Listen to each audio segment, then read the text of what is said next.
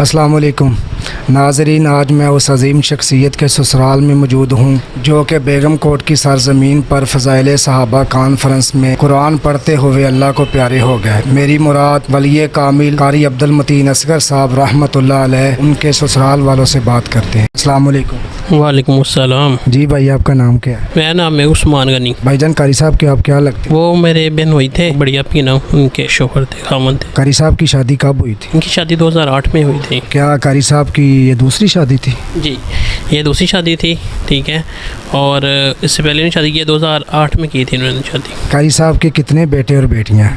قاری صاحب کے 3 بیٹے ہیں اور 3 بیٹیاں ہیں۔ کیا سارے بیٹے قاری صاحب کے عالم دین ہیں؟ جی، ان کا جو بڑا جو جس کو جانشین بنایا ہے نا، وہ بھی عالم دین ہے، ٹھیک ہے، اور اس سے جو چھوٹا ہے اور وہ بھی ماشاءاللہ جو حفظ کر رہا ہے۔ قاری صاحب کی وفات کا آپ کو پتہ چلا تو اس وقت آپ کے تاثرات کیا تھے؟ اس وقت ہمارے تاثرات تو یہ ذہن میں بھی نہیں تھا، جب ہمیں پتہ چلا جسم سے جان ہی نکل گئی تھی کہ یہ کیا سے کیا بن گیا ایک دم۔ تو کیا قاری صاحب پہلے بیمار تھے یا اچانک ان کو کچھ مسئلہ ہوا؟ نہیں، پہلے بیمار نہیں تھے، کیونکہ بالکل ٹھیک تھے، ایسا کوئی معاملہ نہیں تھا۔ کوئی بیمار ہو تو بندہ اس کے لیے تیار ہوتا ہے کہ یہ بیمار تھے یا کہیں ہاسپٹل میں داخل تھے، کہ جس کی وجہ سے پتہ ہوتا ہے کہ یہ ابھی کوئی خبر ایسی آ سکتی ہے، لیکن جب اچانک ایسی خبر ملی تو وہ ہمارے لیے ایک دفعہ ناقابل برداشت تھی۔ قاری صاحب آخری مرتبہ آپ کے پاس کب تشریف لائے تھے؟ آخری دفعہ ہمارے پاس تقریباً 15 دن پہلے آئے ہیں، بیٹھ کے اکٹھا کھانا کھایا ہے، چائے پی ہے، باتیں کی ہیں۔ ابھی انہوں نے کوئی فضول بات نہیں کی تھی۔ دین کے معاملے میں اکثر کوئی نہ کوئی روایت، احادیث اور قرآن کے متعلق میں بتانا۔ تو ایز اے بہنوئی آپ نے ان کو کیسا پایا؟ ایز اے بہنوئی ہم نے ان کو بہت ہی اچھا، ایک اعلیٰ شخصیت کا جو ہے نا وہ حامل پایا۔ ان کا اخلاق، کردار جو ہے وہ بہت ہی اعلیٰ تھا۔ ہم کہتے تھے ایسا بہنوئی جو ہے نا وہ سب کو ملے۔ وہ جہاں بھی جاتے تھے، اگر وہ گھر میں ہیں تو ماشاءاللہ ادھر قرآن پاک ان کے پاس، مسجد میں ہے ادھر ہے، اگر وہ گاڑی میں بھی سفر کر رہے تھے تو قرآن ان کے پاس ہوتا ہے۔ جتنا بھی ان کو تھوڑا زیادہ بھی ٹائم ملتا تھا نا، وہ اسی وقت قرآن کی تلاوت کرنا شروع کر دیتے تھے۔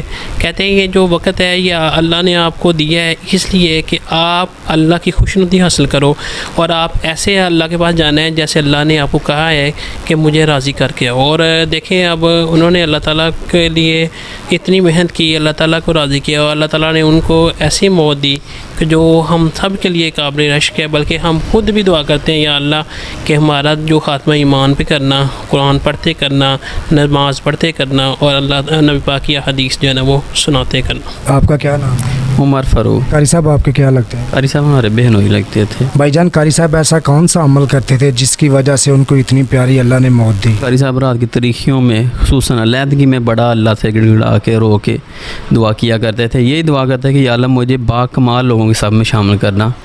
تو میں تو یہی کہتا ہوں کہ اللہ تعالیٰ نے ان کی یہ دعا قبول کی، اور اللہ تعالیٰ نے ان کو خصوصی اپنے با کمال لوگوں میں شامل کیا کہ ان کی وفات پہ ہر جو سی آنکھ ہے نا وہ رقش بار، اور وہ رقش کرتے ہیں کہ یا اللہ مجھے بھی ہمارے بھی ایسی یعنی موت آئے جیسے قاری صاحب چاہتے تھے، ویسے ان کو یعنی کہ اللہ تعالیٰ نے موت دی ہے۔ ناظرین، ہماری دعا ہے اللہ قاری صاحب کو اپنے جوار رحمت میں جگہ دے، ان کو اعلیٰ مقام عطا فرمائے، آمین ثم آمین، اور لواحقین کو صبر جمیل عطا فرمائے۔